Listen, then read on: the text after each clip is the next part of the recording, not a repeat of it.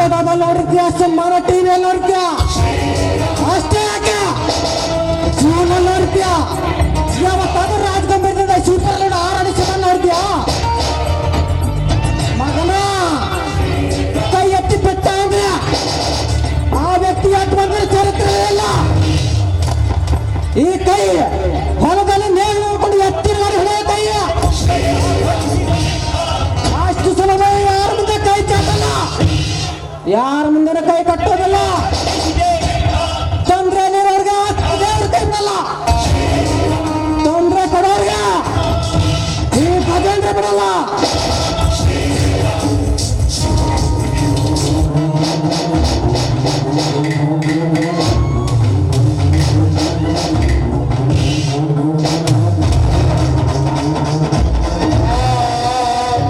ಗಜ, ಆ ಭಗವಂತ ಒಂದು ತಪ್ಪು ಮಾಡ್ತಾನೆ.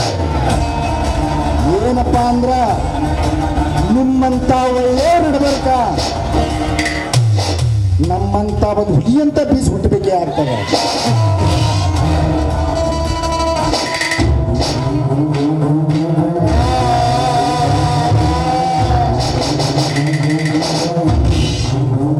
ಹೆಣ್ಣೆ, ಇದು ಅಂತ್ಯ ಅಲ್ಲ, ಆನಂದ.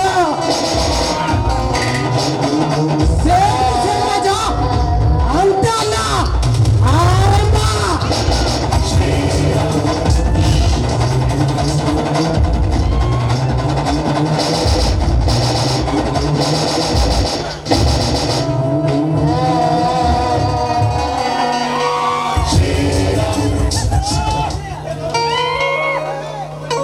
ಹೋಗೋ ರೌಡಿ ರಾಜ ಹೋಗೋ. ನನ್ನ ಸಾವಿಗೆ ಸಕಲ ಹಾಕಿದ್ರ ಮಗನ, ನಿನ್ನ ಸಾವಿನ ಸಮಾಧಾನ ಕಟ್ಟದಿದ್ದರೆ ನನ್ನ ಹೆಸರು ಘಾಟಿಸಿದ ಗಜೇಂದ್ರನೇ ಅಲ್ಲ. ಸಮಯಕ್ಕೆ ಸರಿಯಾಗಿ ಬಂದು ನೀವು ನನ್ನ ಮಾನವರಿಗೆ ಕಾಪಾಡಿದ್ರಲ್ಲ, ನಿಮಗೆ ತುಂಬಾನೇ ಕಷ್ಟದಲ್ಲಿ ಸಿಲುಕೊಂಡು ಒಂದು ಹೆಣ್ಣಿನ ಮಾನ ಕಾಪಾಡುವುದು ನಮ್ಮಂತ ಗಂಡಸ ಧರ್ಮ. ಅಂದ ಹಾಗೆ ತಮ್ಮ ಹೆಸರು? ನನ್ನ ಹೆಸರು ಸುವರ್ಣ ಅಂತ. ಈ ಊರ ಶ್ರೀಮಂತ ನಂಜೇಗೌಡಿದಾರಲ್ಲ, ಅವರ ತಂಗಿ ನಾನು. ಆಯ್ತು ಸುವರ್ಣ, ನಾನೇನು ಹೋಗಿ ಬರ್ತೇನೆ. ಹಾ ಗಜೇಂದ್ರ, ನಿಂತ್ಕೊಳ್ಳಿ. ನೀವೆಲ್ಲ ಹೋದ್ರು ನಾನು ಅಂದ್ರೆ ನಿಮ್ಮ ಮಾತಿನ ಅರ್ಥ? ಅಂದ್ರೆ ಈ ನಿಮ್ಮ ಧೈರ್ಯ ಸಾಹಸ ನೋಡಿ ನಾನು ತುಂಬಾನೇ ಮೆಚ್ಚಿಕೊಂಡಿದ್ದೇನೆ. ಅದಕ್ಕೆ ನನ್ನನ್ನು ನಿಮ್ಮ ಸಚಿವಾಗಿ ಸ್ವೀಕರಿಸಿಕೊಳ್ಳೆಂದು ನಿಮ್ಮಲ್ಲಿ ಕೇಳ್ತಾ ಇದ್ದೀನಿ. ಸಾಧ್ಯವಿಲ್ಲ ಸುವರ್ಣ, ಸಾಧ್ಯವಿಲ್ಲ. ರಾಮನ ಮೇಲೆ ಮನಸ್ಸು ಮಾಡಿದ ಶೂರ್ಪನಖೆಯೂ ಗೆಲ್ಲಲಿಲ್ಲ. ಹರಿಶ್ಚಂದ್ರನ ಮೇಲೆ ಮನಸ್ಸು ಮಾಡಿದ ದೇವಲೋಕದ ಅಪ್ಸರೆಯರೂ ಗೆಲ್ಲಲಿಲ್ಲ.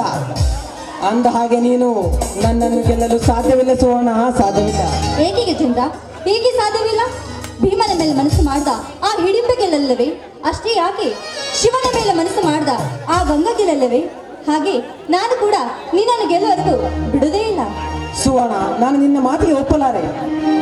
ಒಂದು ವೇಳೆ ತಪ್ಪದೆ ಹೋದ್ರೆ ನೀನು ನನ್ನ ಬಲಾತ್ಕಾರ ಮಾಡಲು ಬಂದಿದ್ದೆ ಅಂತ ಊರು ಜನರ ಎದುರು ಕೂಗಿ ಹೇಳ್ತೀನಿ.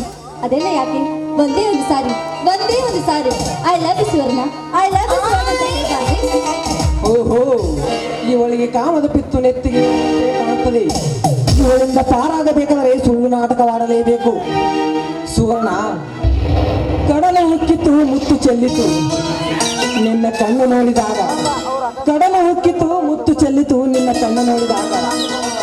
ಆಕಾಶ ನೀಲಿ ಆಯ್ತು, ಮರುಭೂಮಿ ಹೆಸರಾಯ್ತು ನಿನ್ನ ಪಾದ ಸೋಕಿದಾಗ. ಯಾಕೋ ಮನಸ್ಸು ಬೇರೆ ಎಲ್ಲೂ ಗಮನವಿಲ್ಲ. Suvarna, I love you Suvarna, I love you. I love you Gajendra, I love you.